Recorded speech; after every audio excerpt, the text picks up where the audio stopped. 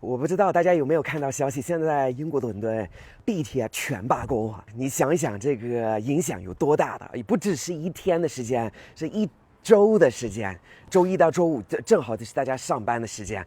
So the transport in London is completely messed up. It's a mess right now. There's a strike on and it's making everything a nightmare for everybody. I've seen pictures of huge queues at the stations. There's no tube, so they're going to try and get the bus, but they can't get the first bus, they can't get the second bus, they have to wait for a third bus, fourth bus.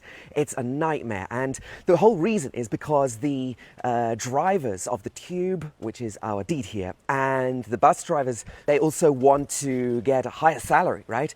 And they also want a shorter week. So right now they're working about 35 hours a week. They want a 32-hour week, which is not very long, right?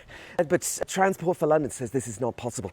So an average tube driver in London will make about £71,000 a year, which is about 66万人民币.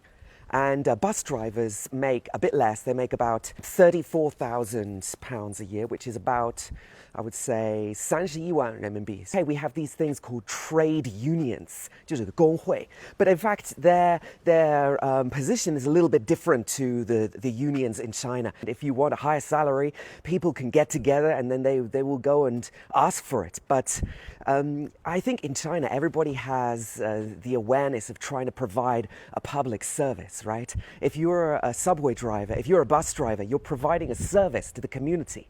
And you wouldn't really think about going on strike, right? Even if, you were working quite hard or you didn't get paid that much, you'd have to wait for your pay rise. But in London, it's not like that. This is not the first time this has happened, but this is one of the biggest scale strikes that we've had for a long time.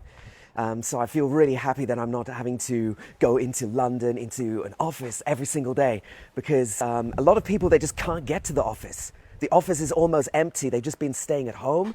Some people like that. But if your company forces you to go into the office and you can't get there, it's just a nightmare. And people have been pulling their hair out about this. So what do you think? Have you ever encountered a strike outside China?